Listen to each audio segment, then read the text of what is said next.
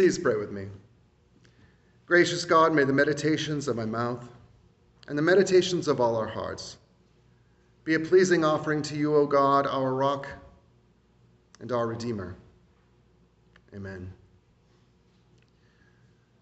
Like many of you, I was shocked when I read online that there had been an assassination attempt on U.S. soil. A young man at a rally in Pennsylvania for Donald Trump shot and killed one person and injured 3 others, including the former president, before he himself was shot and killed by the Secret Service. There are still many unanswered questions, but people from across the political spectrum have condemned the attack, saying there is no place for violence in our political process. To many of you, it must seem like our country has hit yet another low. This is the first attempted assassination of a president or presidential candidate since the attempt on Ronald Reagan's life in 1981.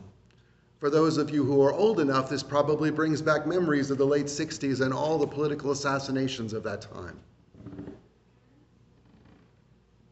The hyper-partisanship of our country has brought us to this point, and now conspiracy theories are swirling around like crazy.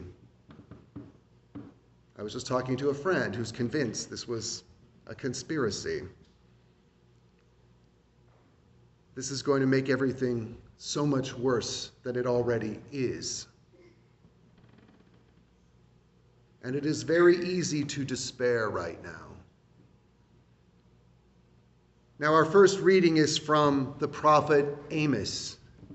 And Amos is one of those 12 minor prophets, because their books are shorter, that you probably don't hear much about.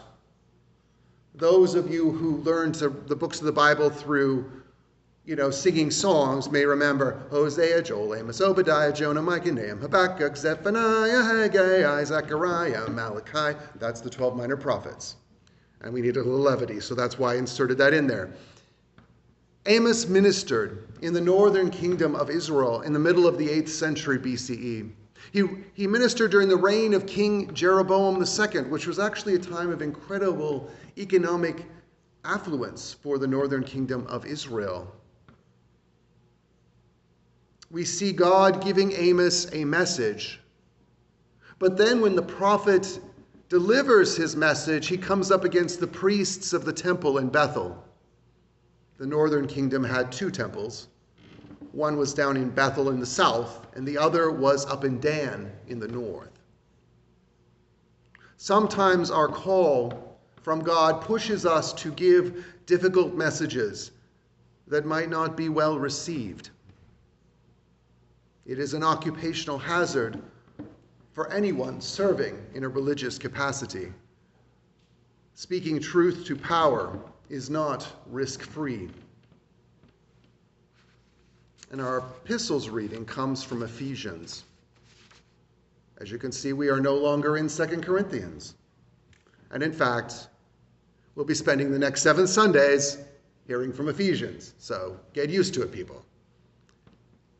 Although this letter has Paul's name on it in the beginning, scholars aren't in agreement that Paul was actually the author, because some of the content sounds very much like Paul, but some of it doesn't.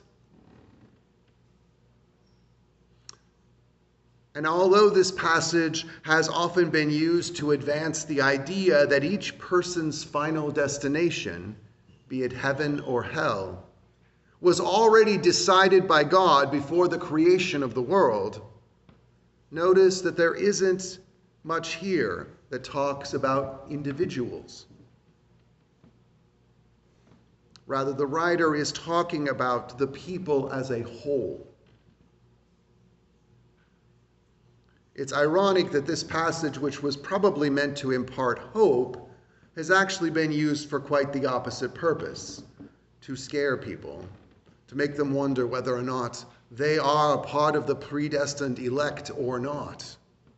But that was almost certainly not the intention of this passage. Imparting hope and a sense of God's loving purpose that goes back to before the beginning of the world. because all things are to be gathered into Christ. And through Christ we have obtained an inheritance, being made a member of God's family. Our gospel reading comes from Mark again, and spends a great deal of time talking about a King Herod.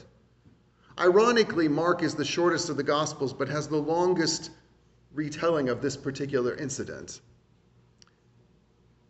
Because this isn't the King Herod that we hear about in the Gospel of Matthew when Jesus was born. That king was usually called Herod the Great. This Herod is usually called Herod Antipas, and he's one of the sons of Herod the Great. He was actually never given the title king by the Romans. He was just given a fourth of his father's kingdom. The rest was divvied up with his two brothers and his aunt. But here we see something interesting. The prophet John the Baptist isn't killed because the ruler wants him dead. In fact, Herod here is repeatedly said to not want to kill him. But in an act of cowardice, he had John put to death. So in this case, it wasn't enemies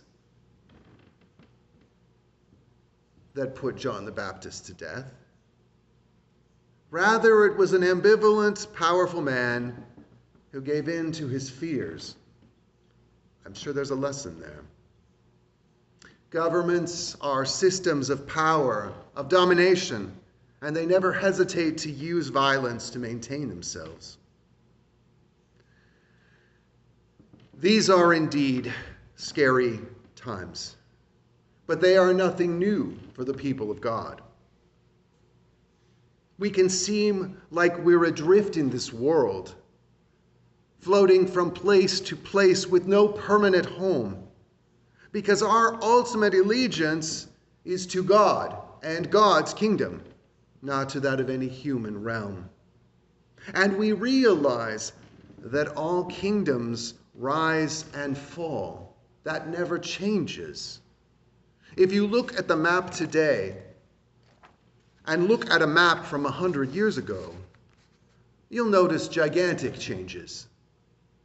And if you think about history from the time of Jesus, how many of the states from those days still exist today? Not very many. I say this to put things into perspective for us. We tend to focus so much on ourselves and our time, we can lose sight of the big picture. I think it's a little bit egoic on our parts to think that we either live in the best of times or we live in the worst of times. Maybe we are just in mediocre times. Maybe we really aren't that special in this time and place. Because when the spiritual gurus are always urging us to be in the present, they don't mean to fixate on our time as somehow being more important than others. Maybe we just are in the middle of normalcy and don't realize it. Because violence is an inescapable reality of the human condition. People and governments will often use violence to achieve their ends. But as children of God, adopted members of God's own family, we don't accept that world wisdom. We reject violence, we turn the other cheek, we love our enemies, we forgive those who wrong us. We follow the example of Jesus Christ. I don't know how many times I've heard people say they want this to be a Christian nation. I think it is much more important to be a nation of people who imitate Jesus. But funny thing is, people never seem to say that. Because it's hard to follow Jesus. It's easier to say you believe in him than to follow him. Yesterday, we were reminded that violence is never the answer. The way of God is justice and peace. The way of God is compassion for all that God has created. It is easy to despair because of how dark things look now. But remember, as the people of God, we have been in far darker places. God is the one who is driving the work of redemption and liberation. Our hope never rests on human efforts, but on the efforts of God. Our hopes don't rest on who wins an election or who loses an election, but on God.